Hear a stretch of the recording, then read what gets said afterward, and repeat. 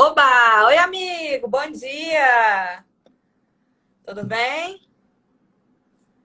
Oi, tô te ouvindo não. Bom dia! Vamos lá, vamos colocar no tema aqui, a gente vai ajustando enquanto o pessoal tá entrando. Deixa eu fazer nossa... Estão me ouvindo, gente? Bom dia, doutor Bom Rômulo, seja dia. muito bem-vindo. Oi, amigo, bom dia! Tá me ouvindo? Tá me ouvindo bem? Tô te ouvindo. Tá. Oi, Valentina, bom dia. Seja muito bem-vinda, doutor Fernando Salles, bem-vindo. O pessoal está entrando, a gente está ajustando aqui. Eu estou escrevendo o nosso tema: responsabilização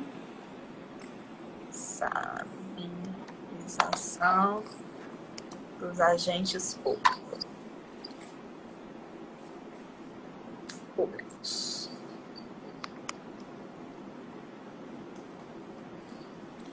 Obrigada, doutor Fernando Salles. Seja muito bem-vindo.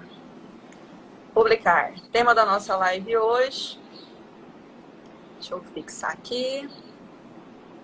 Fixar comentário. Tudo certo, amigo? Bom dia, tudo bem? Bom dia, tudo bem, graças a Deus. Satisfação estar aqui com você. Muito igualmente. Bom. Gostei do visual, viu? Ai, você Parabéns. gostou? O Eu também. aí. Aqui, a Mina e o Mini aqui. Eu também quero ir para Disney. Talvez na próxima encadernação, né? Porque agora com o dólar onde tá difícil. Nossa, amigo, eu não conheço a Disney ainda, né? E eu tinha programado de ir para lá esse ano, só que infelizmente não será possível. Mas esse ano eu estive no Chile, antes aí, né, da pandemia, e comprei essa blusa para lembrar que eu queria ir para Disney. Parabéns, vai ser meu motivo de inspiração.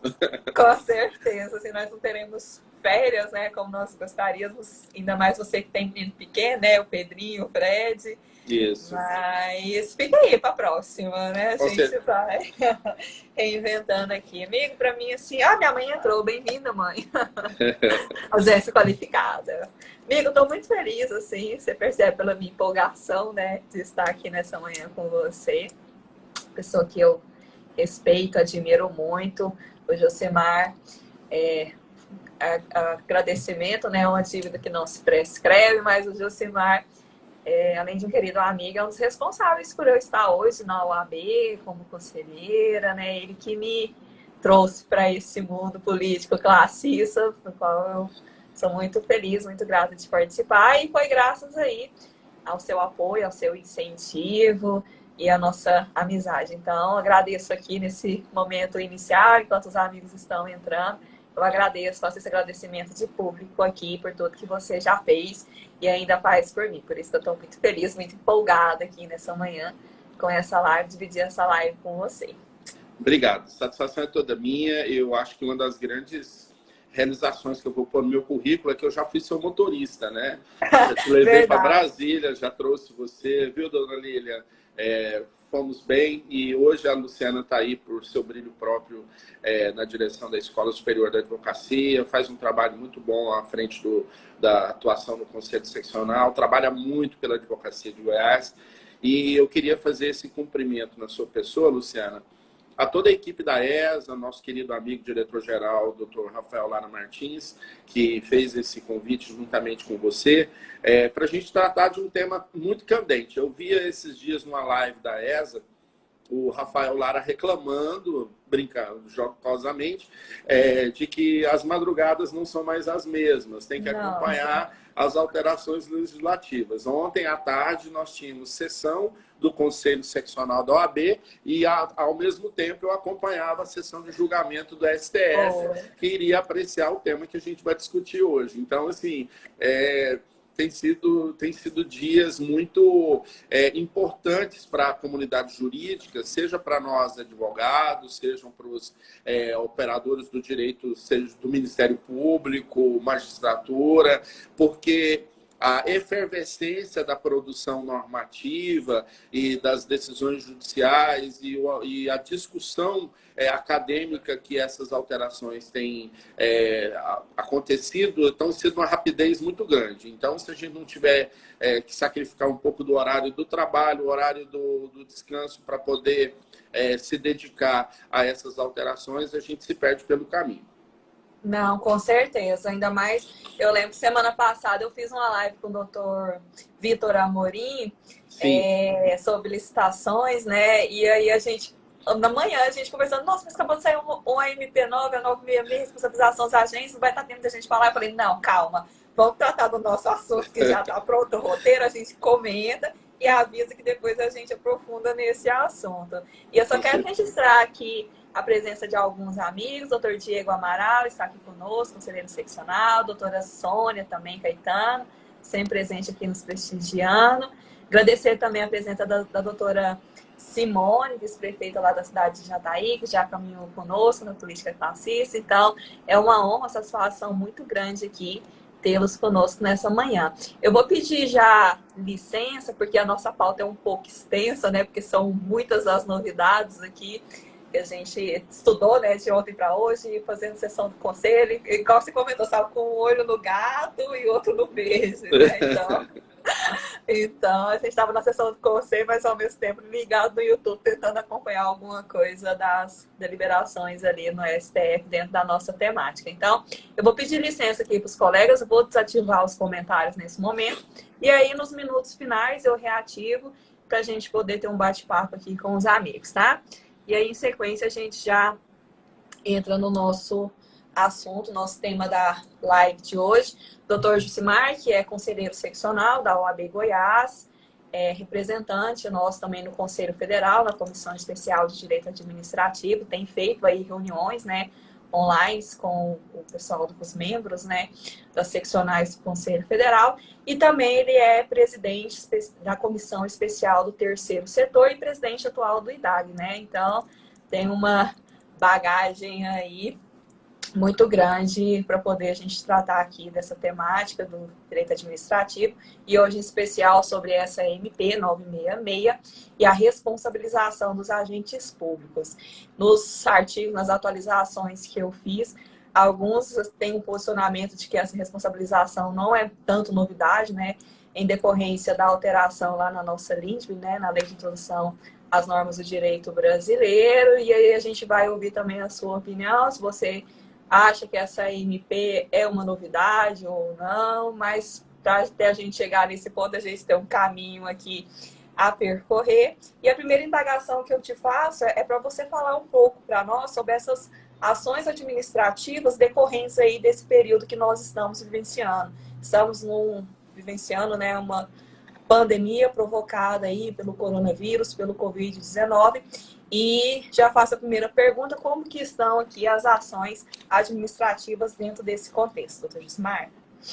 Luciana, nós temos que entender que aqui no Brasil, o Poder Legislativo, o Congresso Nacional e o Poder Executivo tentaram, tão logo se tomou consciência e conhecimento do alcance dessa pandemia de cunho internacional, iniciou-se na China, depois foi para a Europa, já para os Estados Unidos, e quando chegou aqui no Brasil, nós devemos nos recordar que no início do ano nós tivemos a edição de uma lei, a Lei 13.979, que é de fevereiro de 2020, justamente para se antecipar aos efeitos dessa pandemia do Covid-19. De uma forma até inédita no nosso sistema republicano, e até considerando o momento político que nós vivemos, houve a aprovação de uma lei que previu matrizes normativas para atuação, para o enfrentamento da pandemia. Nós temos que entender bem que a administração pública, pelo princípio da legalidade, ela se pauta no cumprimento das determinações legalmente estabelecidas. Então, fazia-se necessária a edição dessa lei e ela ocorreu. Acontece que, como toda produção normativa, ela não consegue exaurir todas as hipóteses de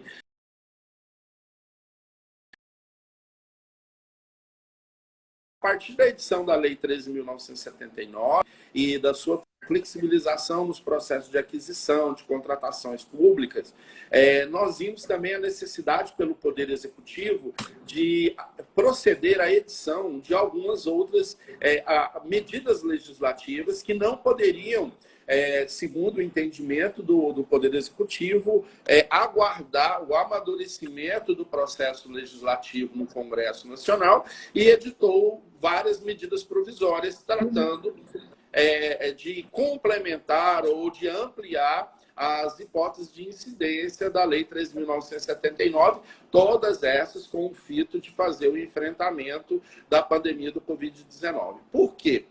Por que que foi feito, primeiramente, essa flexibilização nos nossos processos de aquisição? Lá eu vou mencionar especificamente o artigo 4º da Lei 13.979. Por quê? O crescimento dos casos de contágio, os danos causados ao sistema público de saúde e também privado, em consequência da saturação do sistema público, e as medidas de prevenção, como utilização de EPIs, de determinados insumos necessários para fazer esse enfrentamento, faziam com que tivesse a administração pública de se servir de mecanismos jurídicos, administrativos, que lhe dessem mais rapidez, mais celeridade nas suas contratações, suas aquisições. E, para além disso, o rompimento de um modelo tradicional de aquisições públicas.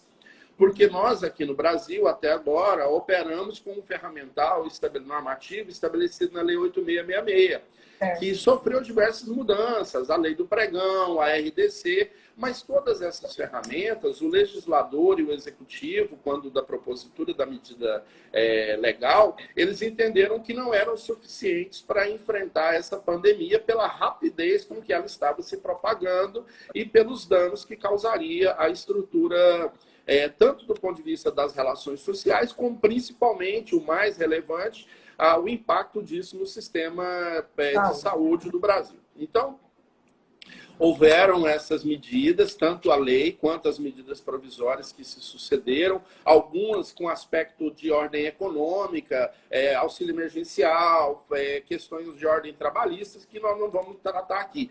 Mas, do ponto de vista de aquisições e de flexibilização para medidas administrativas, houve uma criação de um marco normativo que daria uma certa segurança ao gestor público, tanto no âmbito da União, dos estados, quanto dos municípios, para agirem na prevenção dessa pandemia.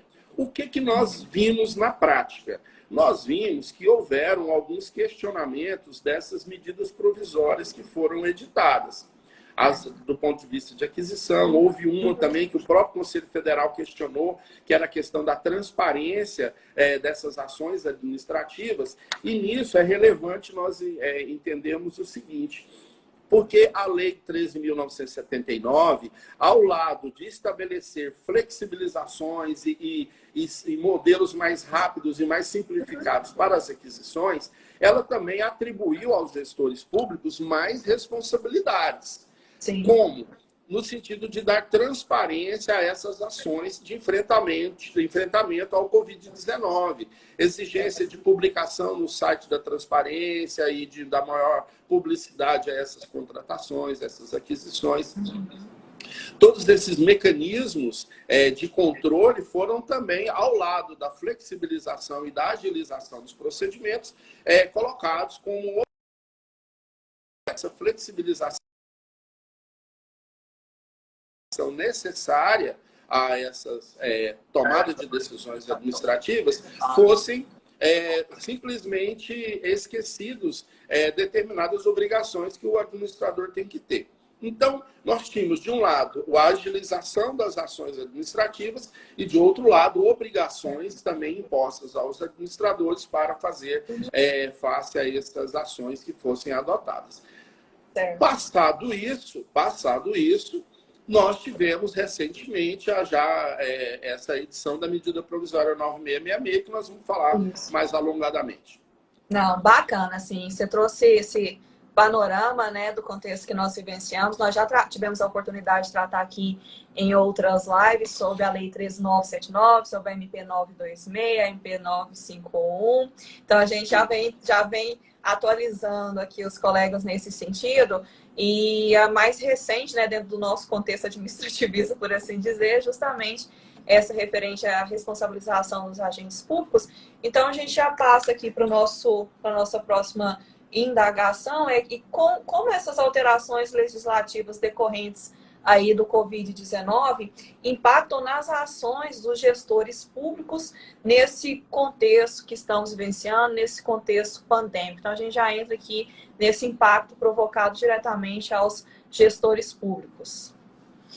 Então, Luciana, a Lei 13.979, ela deu ao gestor público, ao administrador público, como eu já mencionei, nas várias esferas, União, Estados e municípios, várias diretrizes, várias orientações para as suas atuações. Nós mencionamos já o artigo 4º, que fala da questão do estabelecimento de dispensabilidade de licitação para aquisições e compras, mas também no artigo 3º, que é o antecedente, ele trata de várias ações que envolvem diretamente a ação administrativa dos entes federados através dos seus gestores. Questão medidas de isolamento, quarentena, testes laboratoriais, vacinação, tratamentos médicos específicos, restrição de rodovias, portos e aeroportos, requisição de bens e serviços, autorização para importação de produtos sujeitos à vigilância sanitária sem registro. Ou seja, uma pleiade muito grande de medidas administrativas que devem ser adotadas pelo gestor público, sejam elas para o enfrentamento das consequências, ou seja, o tratamento da população, bem como medidas preventivas de alastramento dessa doença. Então, todas essas ações, tanto as dispostas no artigo 3º quanto no artigo 4º, elas fizeram com que o administrador público tivesse condição de agir no sentido de fazer o combate à pandemia. O que acontece? Qual que é o problema? O problema é que no Brasil nós temos um sistema de controle da administração pública dúplice. Nós temos o chamado controle interno, que é procedido dentro da estrutura da própria administração, e nós temos o chamado controle externo. Controle externo exercido pelo Ministério Público, pelos tribunais de contas e também, e mais importante, ao meu sentir, a partir da Constituição de 88, o controle social, que esse é onde nós, sociedade, inserimos e cada cidadão também deve exercer essa atuação de controle. Então, o que acontece? Para além da atribuição de competência, de permissão para a adoção dessas medidas, passou também o administrador público a ter que se ver questionado, responsabilizado por essas ações administrativas elencadas, estabelecidas na Lei 13.979, para fazer face ao enfrentamento. Então, o que houve? Houve uma ampliação das medidas administrativas que os gestores poderão adotar. E essa ampliação também carrega consigo, como eu já havia dito, a possibilidade de também maior responsabilização e questionamento sobre a legalidade, sobre a eficiência, a economicidade e publicidade e moralidade dessas ações administrativas que foram adotadas, todas elas em consonância com o artigo 37 caput da Constituição Federal, que elenca lá os princípios da administração pública. Não, bacana. Você já adentrou um pouco aí dentro do nosso próximo questionamento, né, referente justamente acerca dessa atuação dos órgãos de controle. Já trouxe uma breve introdução, né, falando como que ocorre esse controle tanto no âmbito interno quanto no âmbito externo, mas e como tem sido efetivamente esse controle exercido pela administração pública nesse período, nesse contexto pandêmico que estamos vivenciando? Olha só, Luciana, nós temos, como eu havia mencionado, os sistemas de controle interno e de controle externo. O sistema de controle interno, que é exercido pelas controladorias, dos órgãos, sistema de controle interno de cada ente é bem estabelecido. Aqui em Goiás nós temos a Controladoria Geral do Estado, no âmbito do município de Goiânia, a Controladoria Geral do município, e no âmbito da União, a Controladoria Geral da União. Mas também é exercido também pela Procuradoria Geral do Estado, pela Advocacia Pública, na medida em que faz análise de legalidade e de juridicidade dessas ações. Especificamente sobre os controles externos, que esse é mais visível, porque são exercidos por órgãos como o Ministério Público e tribunais de contas, que estão um pouco distante do dia a dia da administração, assim, fisicamente, institucionalmente.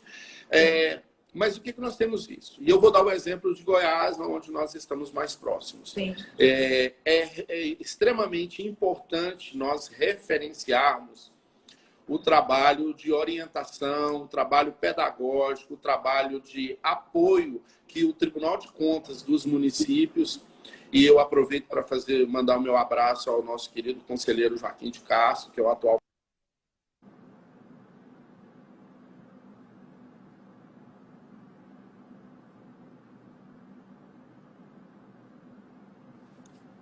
Opa, acho que travou aqui para mim. Vou esperar retornar aqui. Um pouquinho, deu um delay. Tá voltando.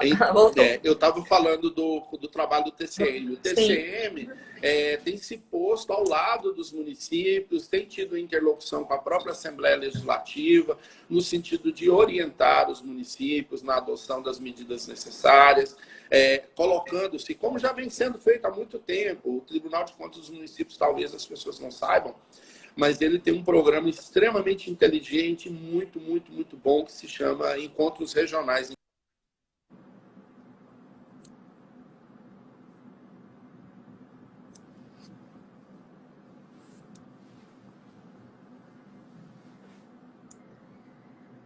Opa, acho que travou de novo. Vou guardar aqui, retornar.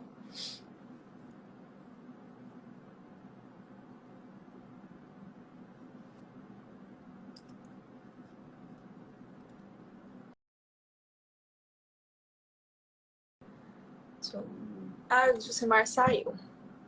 Deixa eu chamar ele aqui de novo.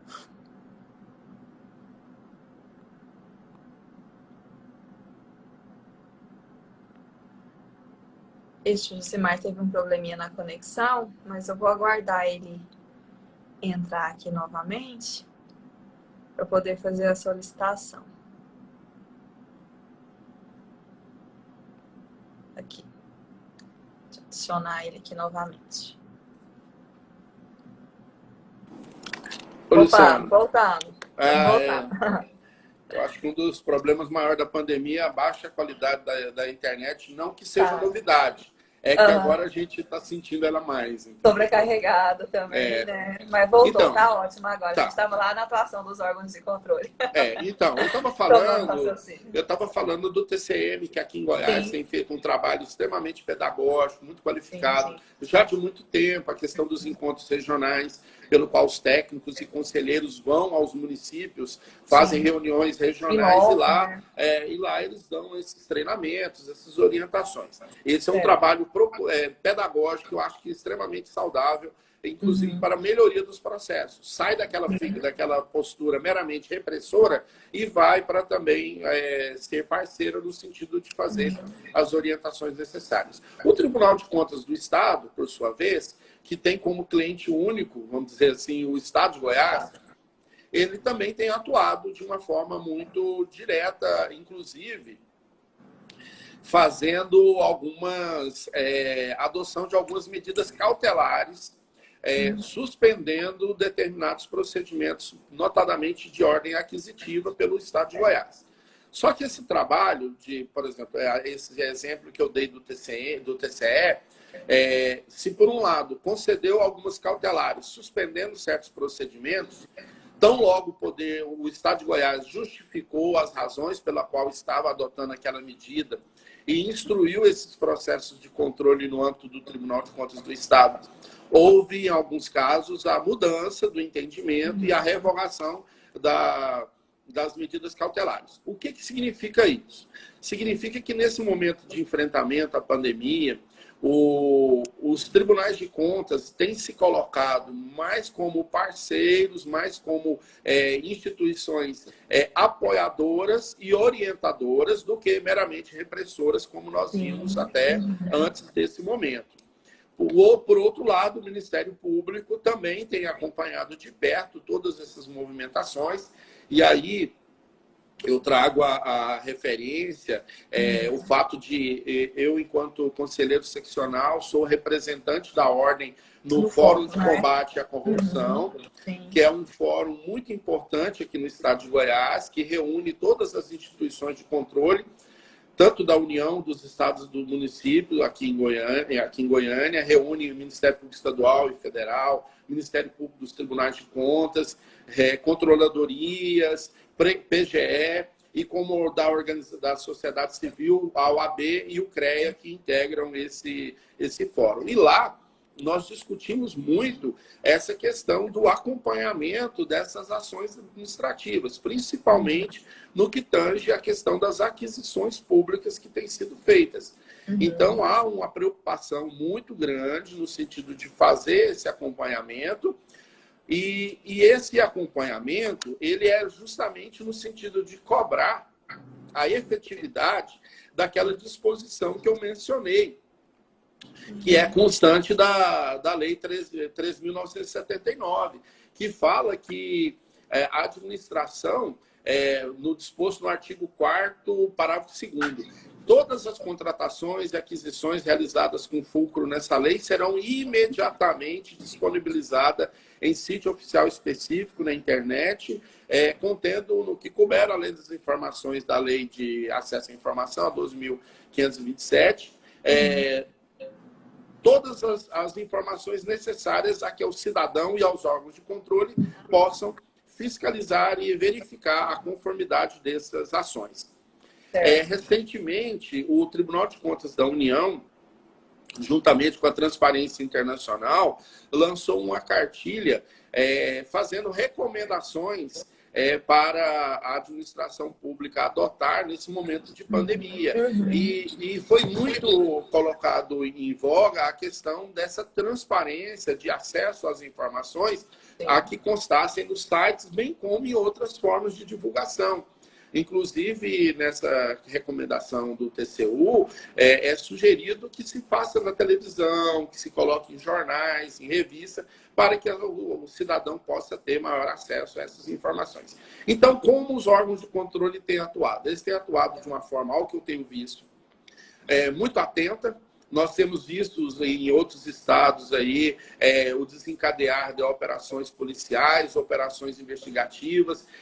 Eu cito como exemplo uma ação muito efetiva do Ministério Público do Estado de Santa Catarina, que o procurador-geral, nosso querido amigo Fernando Comim, que é um jurista da área do direito administrativo, ele e o Ministério Público estão muito atentos e reprimiram lá a aquisição de respiradores e outros insumos lá que eram feitos por empresas, vendas feitas por empresas de fundo de quintal, sem menor expertise. Então, é muito importante verificar que no âmbito do estado do Rio de Janeiro, do Amazonas, do Pará, várias ações têm sido desencadeadas pelo Ministério Público, pela Polícia Federal, pelas polícias locais, no sentido de coibir os desvios de conduta que têm acontecido também nesse momento de pandemia. Então, há toda uma atuação do aparato estatal no sentido de fiscalizar e de coibir eventuais desvios nessas ações administrativas. Não, bacana. E aí, dentro desse contexto, dessa atuação desses órgãos de controle, né, tanto interno quanto externo, conforme você mencionou muito bem aqui para nós, né, nesse tom meio que professoral, né, assim, didaticamente, ficou muito claro, não só para mim, mas também para os colegas que nos acompanham. E dentro dessa atuação desses órgãos de controle externo e interno, também ensejou aí o advento da medida provisória 966 de 2020. Eu lembro que saiu de quarta para quinta passada essa medida provisória. E então, vamos já adentrar em específico aqui no nosso tema, né, da live, referente a essa MP 966 e a responsabilização dos agentes públicos dentro desse contexto de maior fiscalização e atuação também desses órgãos de controle. Então, vamos traçar o panorama, né, para depois a gente adentrar nas discussões referentes ao julgado de ontem do STF referente a essa medida provisória. Tá bem. Vamos falar da medida provisória 966. Sim. Até ontem eu ouvi uma live do Instituto de Direito Administrativo do Paraná, nossa amiga Edgar Guimarães, falava muito que forte, né? até o número é cabalístico, 8666, MP 966. Então, os numerologistas haverão de estudar isso. Sim, com certeza. O que acontece, Luciana? A medida provisória. A medida provisória, ela veio trazendo 3 dispositivos. Sim. O artigo 1º, que fala que os agentes públicos somente poderão ser responsabilizados na esfera civil e administrativa se agirem ou se omitirem com dolo ou erro grosseiro pela prática dos atos relacionados direto e indiretamente com as medidas de enfrentamento da emergência da pandemia e combate aos efeitos econômicos e sociais decorrentes da pandemia. Certo.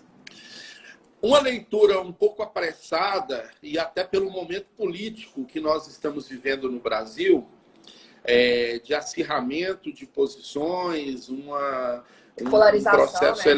processo eleitoral que ainda não se concluiu e que se avizinha um outro, o Congresso também, de certa forma, em distensão com o Poder Executivo Federal, os governadores adotando medidas em contrapasso ao que é pregado pelo chefe do Poder Executivo Federal. E essa polarização e também um movimento de desconfiança da sociedade para com as ações dos administradores públicos, até pelo histórico que nós temos aí, Mensalão, Lava Jato e várias outras escândalos de corrupção, e até mesmo, é claro, por que não, recente, como eu acabei de mencionar, operações em vários estados aí deflagradas para reprimir desvios de conduta nas aquisições, nas contratações públicas, fizeram com que essa medida provisória viesse a ser muito mal recebida pelo senso comum, pela sociedade. Eu tive o cuidado de acompanhar as discussões que vieram, primeiramente dentro do âmbito da Academia do Direito Administrativo. Nós temos contatos pela presidência do Instituto de Direito Administrativo de Goiás, que eu tenho a honra de exercer a presidência, contato com os institutos brasileiros e com os regionais, e tive acesso aí a várias manifestações de professores ilustres do naipe de Edgar Guimarães, Marçal Justem Filho, Márcio Camorosano, o professor o Rafael Maffini, vários professores, vários doutrinadores que trouxeram as suas opiniões sobre esses temas. Paulo Modesto, hoje de manhã, publicou no Conjuro um maravilhoso artigo sobre essa MP, e todos esses grandes, renomados administrativistas, vamos deixar isso muito claro, todos eles entendem que a MP, ela não é esse bicho tão feio quanto se tem sido pintado, né? Ela, inclusive, como já mencionado, ela não traz grandes novidades ao ordenamento, na medida em que a Lei 13.655, que trouxe aí as alterações na Lei de Introdução ao Direito Brasileiro, a LINDB, já trazia esses conteúdos. A grande discussão, a grande novidade, aí é onde reside um ponto nevrálgico, diz respeito à questão da definição na lei, no seu artigo 2º, o que seria o erro grosseiro, o erro manifesto. essa é a grande novidade. Por quê? Porque até então não havia essa definição de forma clara do que seria esse erro. Nós víamos do decreto federal que regulamentava a LINDB no âmbito federal, que já havia uma conceituação, mas esse decreto, por óbvio, só se aplicava aos entes da União. Sim. E nós tínhamos como paradigma um entendimento do Tribunal de Contas da União, do TCU, e esse entendimento data máxima vênia, e aí sofreu muita crítica da comunidade jurídica, administrativista, quando a análise do acórdão 2391 do TCU, quando ele foi criticado porque ele haveria o TCU fazia um controle de constitucionalidade, fazendo uma interpretação conforme e ferindo o que o Supremo Tribunal Federal preconiza na medida cautelar NCMS 35410 do DF, de relatoria do ministro Alexandre de Moraes. Uhum. E aplicou, nesse caso, o artigo 37, parágrafo 6º da Constituição, que trata justamente da responsabilização da administração perante terceiro. Então, havia uma necessidade jurídica de que se fosse realmente esclarecido e conceituado esse chamado erro grosseiro, porque se trataria de uma norma carregada de muita abstração. Mas, nesse sentido, inclusive, o professor Márcio Camarosano e o filho dele, Márcio Alexandre Camarosano, fizeram no dia 20 publicar um maravilhoso artigo também no Migalhas, e depois eu posso até disponibilizar para elas esses links para talvez divulgar. Nesse artigo ele fala sobre essa questão dos conceitos indeterminados, no sentido de que a Constituição e a lei, elas trazem, sim, essas expressões de conceitos vagos. Boa-fé, falta grave, moralidade, interesse público, são subjetivos. Quando há uma proposição normativa que tende a esclarecer, a conceituar, faz com que a função do intérprete seja facilitada. Então, o que nós temos em relação a essa MP 966? Ela trouxe situações em que, diferentemente da demonização que foi dita no início, da crítica que foi feita de forma assodada, ela não trata de matéria penal. Primeiro ponto. Segundo ponto, do ponto de vista da esfera civil e administrativa, ela não traz novidade além da questão da conceituação do erro grosseiro.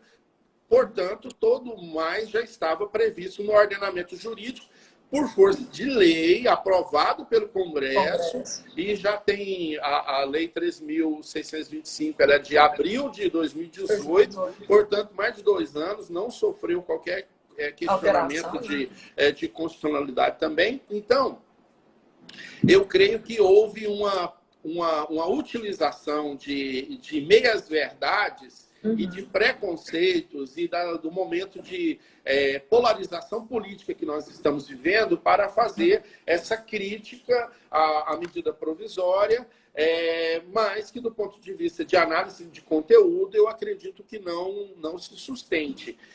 Poder-se-ia discutir a impropriedade do momento, né? A impropriedade. Do ponto de vista constitucional, jurídico, eu não tenho a dúvida de que, data vênia, quem pensa em contrário, que a urgência e a relevância estão plenamente caracterizados. Né? Eu não tenho dúvida. E lá, na hora que nós formos falar da decisão do STF, nós vamos aprofundar. Mas o momento talvez não fosse o adequado por conta dessa polarização e desse preconceito e, na verdade, esse conceito prévio que nós temos de que qualquer medida que venha a esclarecer ou dizer que vem falar sobre responsabilização de agentes públicos pode parecer que é uma minimização. Eu creio, Luciana, e eu acho que essa lei, essa medida provisória que o Congresso haverá de analisar, ela não vem para o mau gestor, ela vem para o bom gestor. porque nós temos que separar. A Bíblia já fala, separar o joio do trigo. Então, o que nós temos que fazer? Existem administradores mal intencionados, despreparados e mal orientados em todos os lugares. Nós temos mais de 5 mil municípios, nós temos 27 estados no Distrito Federal. No âmbito da União, nós temos unidades de atuação muito grandes. Então, a administração pública, ela é composta por pessoas. Então, nós temos aí toda a pleiade de vontades, de orientações e de consciências e de posturas. Então, essa medida provisória, ao meu sentir, a leitura que eu faço é que ela veio para proteger o bom gestor. Aquele gestor que, mesmo que agindo de boa fé, ele pratica um erro, esse erro tem que ser valorado, ele tem que ser analisado. Até porque tem que ser levado em consideração as condições em que aquela medida foi tomada. Eu vou dar um exemplo. Nós temos aqui no município de Goiânia uma procuradoria do município estruturada agora, mais recentemente, com servidores, com procuradores concursados, procuradores preparados. Aí aproveito o momento para mandar meu abraço à nossa querida conselheira Natasha e ao procurador-geral Breno. E nós temos uma procuradoria bem estruturada. Nós temos municípios no estado de Goiás muito pequenos que não têm condição de ter uma procuradoria. E o que eles fazem? Se servem de contratação de escritórios de advocacia, os publicistas que fazem essa assessoria. Às vezes, essa orientação jurídica, tanto nos municípios grandes quanto nos estados, até mesmo na União, ela é um pouco deficitária. Às vezes, a tomada de decisão ela é feita de uma forma que não foi bem orientada, não foi bem analisada, não foi bem estruturada. Mas isso não quer dizer necessariamente que o gestor ele tem que ser considerado, tratado como improbo, como uma pessoa que desviou. Então, nós temos que separar as coisas. Por essa razão, eu acho que a MP, ela talvez pudesse vir em outro momento, mas é uma questão subjetiva. Mas do ponto de vista jurídico, eu acho que ela veio para esclarecer um ponto que juridicamente se fazia necessário, que é trazer a conceituação do artigo 2º, do que seria erro grosseiro. Eu acho que nisso acertou, sim, a edição dessa medida provisória. Bacana, excelente. A gente tem pouco mais de 15 minutos para a gente passar tão rápido, né? A gente fica aqui concentrado, prestando atenção. Nós temos outros 2 pontos para tratarmos. Já vi que já chegou perguntas aqui para nós respondermos.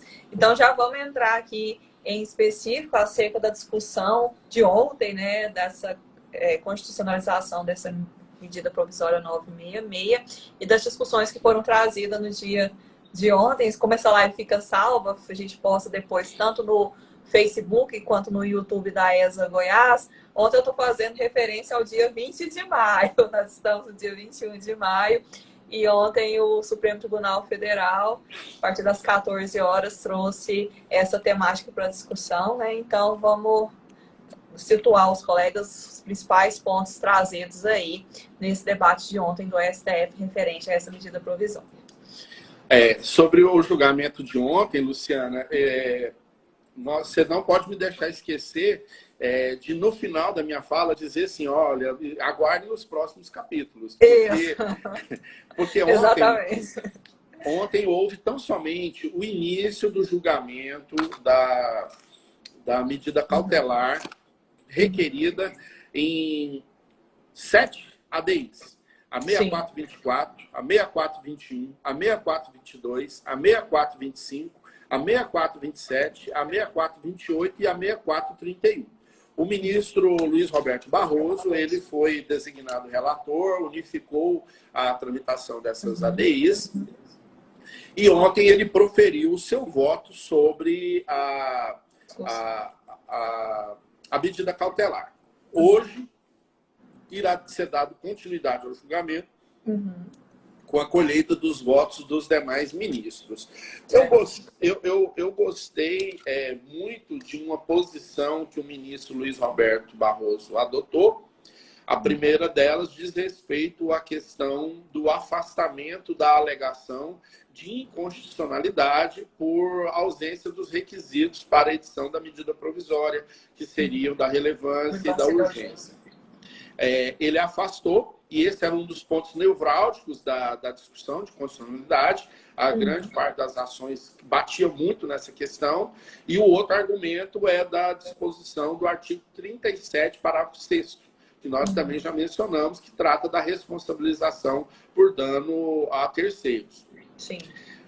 Ao afastar o preliminar aí da questão da inconstitucionalidade formal, eu acho que acertou o ministro Luiz Roberto Barroso, porque o artigo 1º da medida, ele deixa muito claro, nos seus incisos 1 e 2, a questão de enfrentamento da pandemia do Covid-19. E em seu voto, ele fez justamente essa menção, que existe aí essa pandemia internacional, já causou milhares de mortos no Brasil e no mundo inteiro. Mais de 10 mil, né? Hoje já está mais de 15 mil, né? Então, o que acontece? A relevância e urgência foi reconhecida, então foi afastada essa questão da inconstitucionalidade. Outro ponto que eu entendi que acertou o ministro Luiz Roberto Barroso em seu voto diz respeito ao dizer que não se está a tratar nessa medida cautelar, nessa discussão, as disposições da Lei 13.655, da LINDB.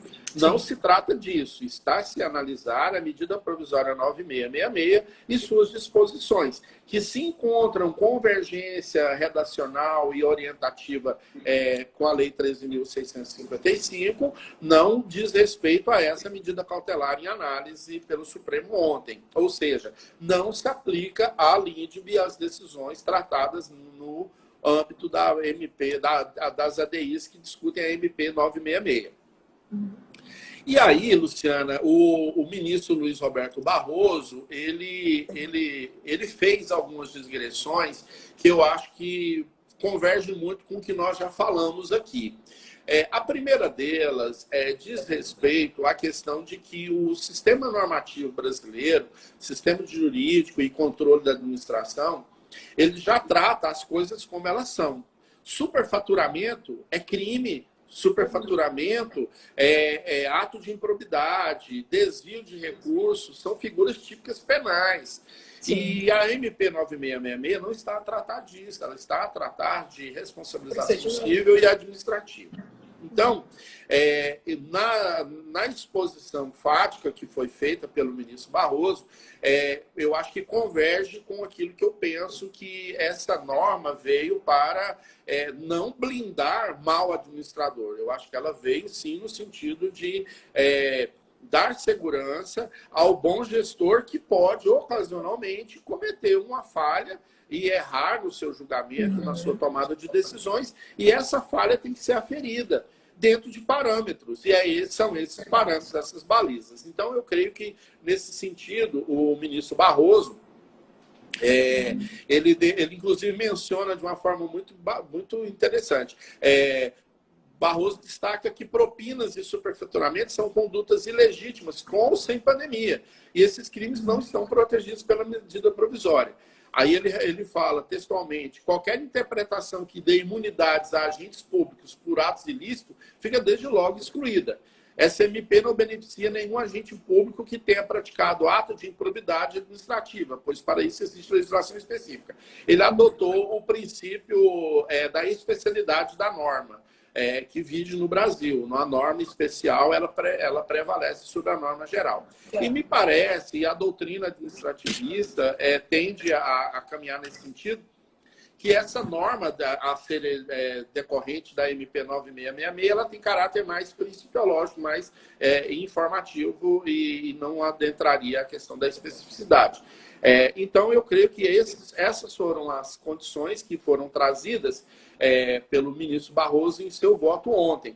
E também é importante nós levarmos em consideração que na sustentação oral que foi feita pelo advogado-geral da União, José Levi do Amaral, o advogado-geral defendeu que a medida visa justamente assegurar a tranquilidade ao gestor público para levar a efeito as políticas públicas que vieram a julgar necessárias em momento sensível.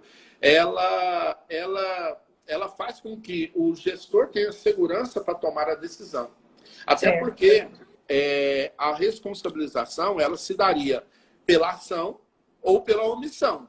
Então, nós temos que levar em consideração isso. O que foi prevalente no voto do ministro Luiz Roberto Barroso? E é isso que é importante. Ele não declarou, ele não concedeu a cautelar para a declaração da inconstitucionalidade, ele aplicou, no caso da medida provisória, no artigo 1º e no seu artigo 2º, a técnica constitucional de interpretação da interpretação conforme, pela qual não se retira o texto, mas se atribui a ele a leitura interpretativa afirmada pelo Supremo Tribunal Federal. E qual que foi a orientação do voto do ministro Barroso? Ao interpretar o artigo 2º, ele estabeleceu o seguinte, que configura erro grosseiro o ato administrativo que ensejar violação ao direito à vida, à saúde e ao meio ambiente, equilibrado por inobservância. E aí é onde vem a grande novidade. Normas e critérios científicos e técnicos reconhecidos nacional e internacionalmente. O que significa isso? Na verdade, ele fez trazer para o âmbito de aplicação da medida provisória 966, o que já consta, inclusive, na própria Lei 3.979, onde se diz claramente que as ações adotadas devem ser pautadas em critérios técnicos, em orientações emanadas, seja pelo Ministério da Saúde, pela Anvisa, pelas Secretarias de Saúde estaduais e municipais. Ou seja, a decisão não pode se dar de forma empírica da vontade ou da cabeça do gestor. E ela tem que se dar baseada de forma fundamentada, motivada para poder tomar a medida. Então, nesse sentido, o ministro Barroso trouxe essa orientação. E, além disso, a conjugação também da caracterização desse erro grosseiro com análise dos princípios constitucionais da precaução e da prevenção. Essa foi a tônica do que foi o voto do ministro. E em relação à questão das opiniões técnicas, o ministro menciona que a autoridade a quem competir decidir deve exigir que as opiniões técnicas em que baseará a sua decisão tratem expressamente, repetindo, das normas e critérios científicos aplicáveis a matérias e a observação dos princípios constitucionais, sob pena de se tornarem corresponsáveis por eventuais violações de direitos. O que ele trouxe? Ele trouxe a confirmação de que o administrador público ele deverá se basear em opiniões técnicas e conceitualmente aceitas tanto pela nacional como internacionalmente. O que significa dizer? Que ele resgata um dos pilares do chamado ato administrativo, que é a motivação e a fundamentação do ato tomado pelo gestor. Ou seja, o administrador público ele deverá, para a tomada de decisão, estar calcado em uma boa fundamentação técnica, com laudos, com estudos, seja o que medir, artigos científicos reconhecidos, orientações técnicas adotadas em outros países, experiências conceitualmente adotadas, que guardem essa relevância e essa respeitabilidade técnica e científica. Não pode ser meramente a adoção de medidas sem qualquer tipo de motivação. Então, eu creio que o Supremo Tribunal Federal hoje vai dar continuidade a essa análise, vamos aguardar o que vai advir daí, mas eu creio que a tendência seja que prevaleça a orientação do ministro Luiz Roberto Barroso. Bacana, eu já voltei aqui os comentários, porque eu já vi que tem algumas perguntas. E vamos só, a gente tem pouco mais de 5 minutos, vamos só partir para o nosso último ponto do roteiro, que é justamente fazer um breve comentário aqui. O que a gente pode esperar dessa decisão, que, como você já mencionou, a discussão também se prossegue no dia de hoje, na tarde de hoje, e suas possíveis aqui repercussões. Agradeço aqui, doutor Samuel Balduino, está aqui conosco, presidente do Tribunal de Ética e Disciplina da OAB. Obrigada, amigo, pela presença. Tem algumas perguntas, mas eu acho que não serão possíveis de ser respondidas em decorrência do tempo, mas eu já gostaria só de deixar mencionado que o Dr. Tomás Aquino, procurador do Estado aqui de Goiás, fez uma pergunta e, infelizmente, a gente não tem tempo hábil para responder. Doutora Fernanda, que é conselheira federal pela Bahia, também trouxe uma perguntinha aqui para nós, da MP 966, se ela realmente era necessária. Você já acabou respondendo aqui na sua participação. E também o doutor Edgar Guimarães deixou uma parabenização pela exposição. E também a doutora Rose fez uma pergunta referente aqui ao monitoramento dos gastos públicos. Então, essas são as perguntas que estão aqui na caixinha. Se você quiser finalizar nesses poucos minutos que nos restam comentando um pouco dessas perguntas e também trazendo essas possíveis repercussões manadas aí pelo Supremo Federal dentro dessa medida provisória 966. Eu queria, Luciana, dizer aos colegas, agradecer a participação de todo mundo e dizer o seguinte, o meu Instagram está à disposição, quiser, manda mensagem para mim e eu tento fazer a resposta diretamente. Infelizmente, não vai ser possível fazer pelo tempo, mas eu me ponho à disposição. Em relação à questão das expectativas, eu creio que, a prevalecer a decisão do ministro Luiz Roberto Barroso, ela sendo a condutora, eu creio que nós teremos um marco muito importante. O primeiro marco é o fato de não estar se discutindo a LINDB, que ele já deixou muito claro isso no seu voto, então não se está em discussão a LINDB. Então, os princípios, as orientações decorrentes da LINDB, elas prevalecem, e isso eu entendo que é um marco importante para o direito administrativo brasileiro. Como eu disse, como o próprio ministro Luiz Roberto Barroso também, e a doutrina administrativista, pelos vários artigos que foram produzidos, inclusive um deles brilhantemente pelo Edgar Guimarães, meu querido amigo, presidente do Instituto Paranaense de Direito Administrativo, todos caminham no sentido de que era importante para o bom gestor, para o bom administrador, termos uma definição jurídica do que seria o erro grosseiro. Então, isso, e já respondendo a conselheira Fernanda, foi importante por isso. Talvez, como eu já disse, não fosse o momento mais adequado pela questão da efervescência política, do momento que estamos vivendo, mas é melhor ter vindo que pelo menos nós traçamos uma discussão franca e aberta e à flor dos acontecimentos. Porque uma das críticas que se faz e a necessidade dessa orientação, dessa definição jurídica prevista na MP 966, é justamente o fato de que nós temos no Brasil, historicamente, um controle da administração pública muito baseado na questão formal e menos na questão finalística. Então, o que acontece? Amigo, a gente tem 1 minuto só. Tá. Então, a gente continua em outro momento. Foi uma satisfação estar aqui com vocês. Desculpa, a gente vai cair em breve. Não, tem problema. Quero deixar registrada, eu anotei aqui uma frase durante a sua fala, para a gente fazer aqui o nosso tradicional card, contextualizando tudo que foi falado. E eu anotei a seguinte frase que você disse.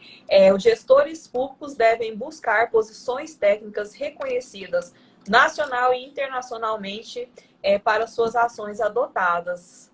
O que você acha dessa frase para nós fazermos nosso cardzinho, resumindo todo, sintetizando toda a ideia trazida aqui?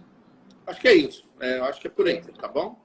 Bacana. Mais uma vez agradeço, estou à disposição. Parabéns nós a ela pelo trabalho. Nós que agradecemos, amigo. Muito obrigada, viu? Quero agradecer aos colegas que estiveram aqui conosco, agradecer a sua participação. Infelizmente, a gente só tem 10 segundos, só mesmo para poder deixar a live salva e depois os colegas assistirem lá no nosso canal no YouTube. Agradeço a presença de todos e todas.